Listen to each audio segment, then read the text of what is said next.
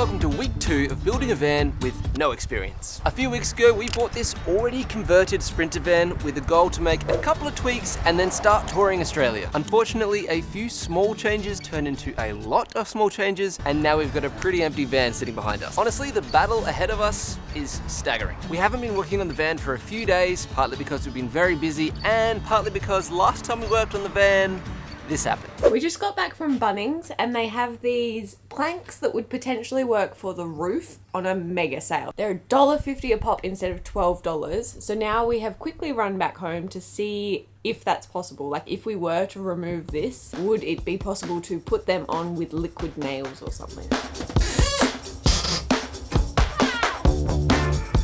Oh my God.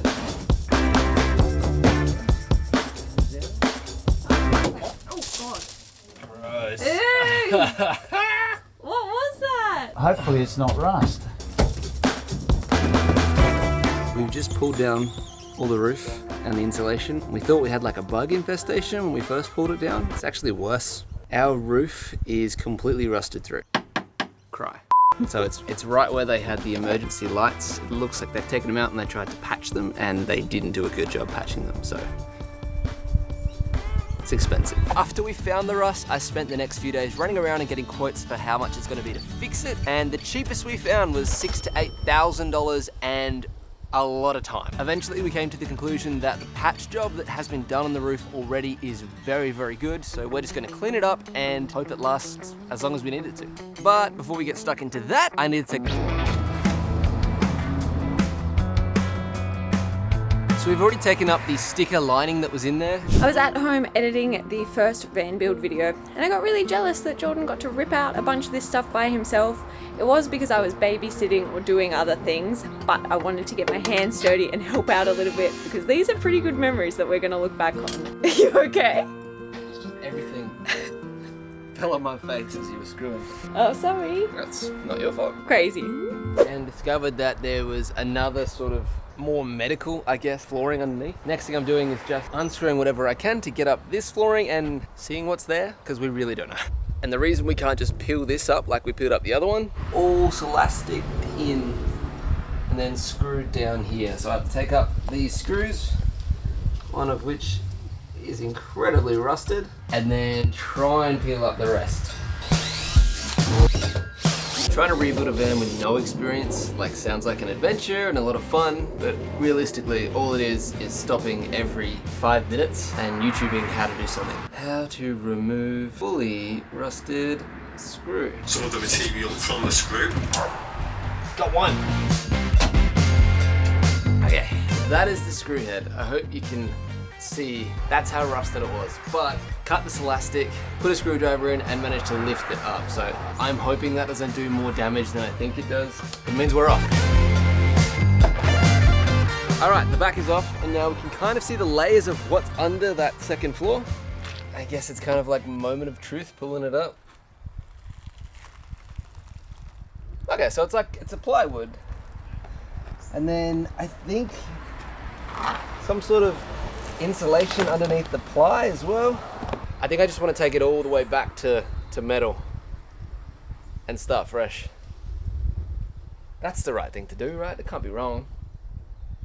Let's do it.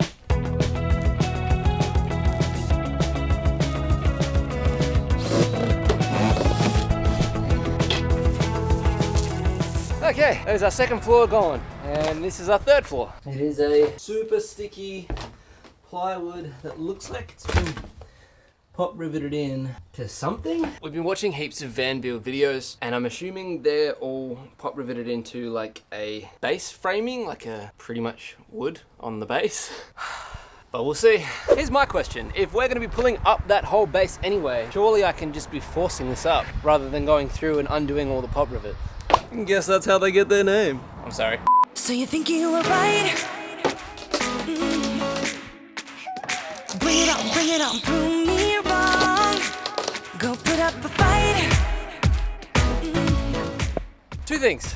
One, we are already contending with how short the van is and how much headroom we've got, and I've come to terms with the fact that I'm not going to be able to sit up in bed. I'm okay with that. But this wasn't even framed out, so they didn't even have wood underneath to like fit proper insulation in. They just, it looks like glued felt, top riveted some plywood in, glued some more flooring on that, and then the new owners glued more flooring on that. So hopefully the difference between all those layers and us just elevating it to put some insulation in is gonna be the same, and I'm not losing heaps of headroom. And the second thing I've realized is that we haven't been alone in this van. Like a little ant colony. They need to go as well. Oh God. That's it, that's the floor insulation. And if the YouTube videos I've seen are anything to go by, it should be a lot more than this. It was an ambulance though, so like, they don't need it as badly as we do.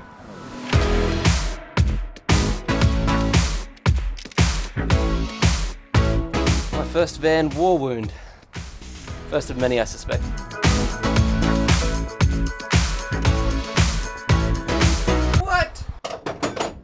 I'm sure this is weird. Towards the cab, 2 levels of plywood. Does that mean the whole thing is like slanted uneven and they've had to do that to correct it, or? And is there still gonna be felt under there? There's so many questions. Ay, ay, ay, ay, ay. Still, one of my favorite things about this van is the dual side doors. It's just gonna be so handy.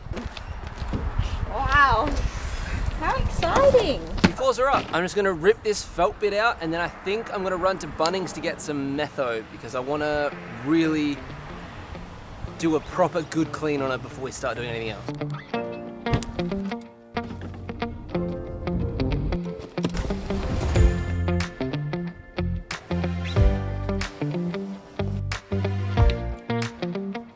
This should allow me to get a really good clean. I have to mix it with 1 part water, half cup. I have to mix it with water, but I don't have any rags to like clean with, so hopefully there's some at the house. Okay, time to start cleaning. Might sweep first.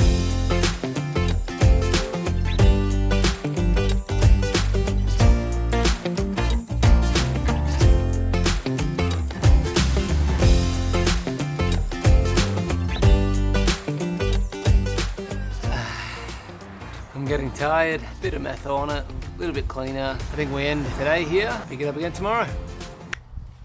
Welcome back. Today I'm moving on from the floor and I'm gonna be focusing on the roof. Pretty much means fixing rust. Now, again, being a complete noob at this, we've Googled and YouTubed and asked for advice on how to do this, so we're gonna be learning by doing.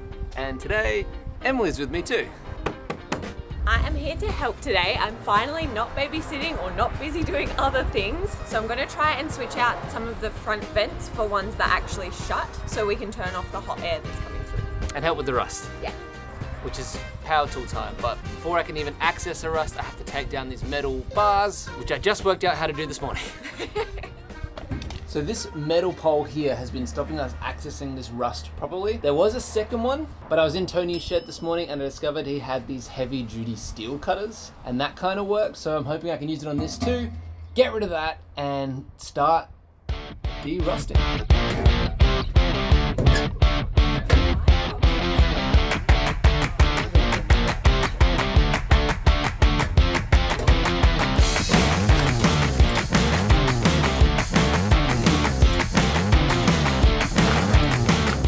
My job this morning is switching out these 2 air vents because the 2 that are on this side, you twist them and the vent doesn't actually move. But luckily the other day when we were at UPullet, Jordan saw that these were still in that van. So he pulled them out and these are operable ones. So my job is to clean them and somehow put them in here.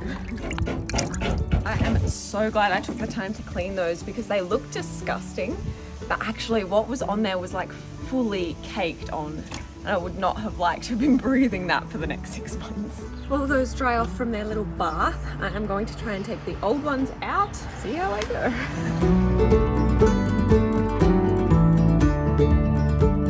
Now it's time for the big boy toys. Toys? Tools. Big boy tools. Big boy tools.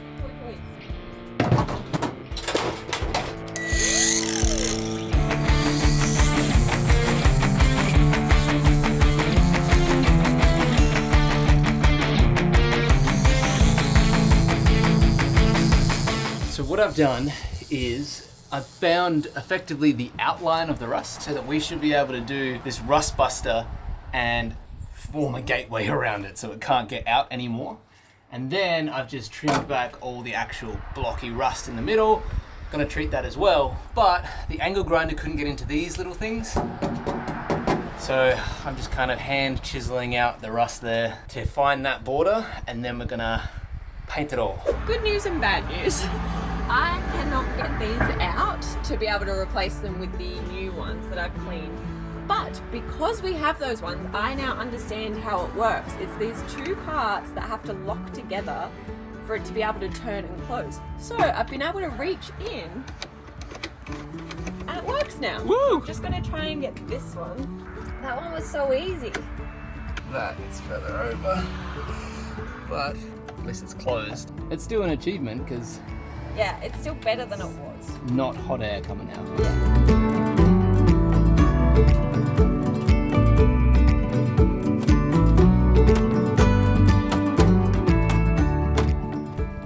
Sort of fixed. Woohoo! All right, the cure-all that we've decided to go with for our rust problem is this. It's called Rust Buster, but we'll see how it goes. It's got very good marketing. It says it will convert rust back into steel, so that's what we want.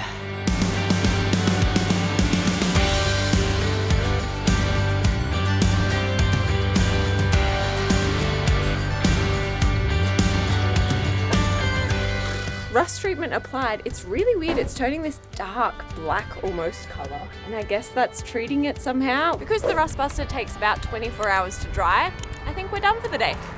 Woo!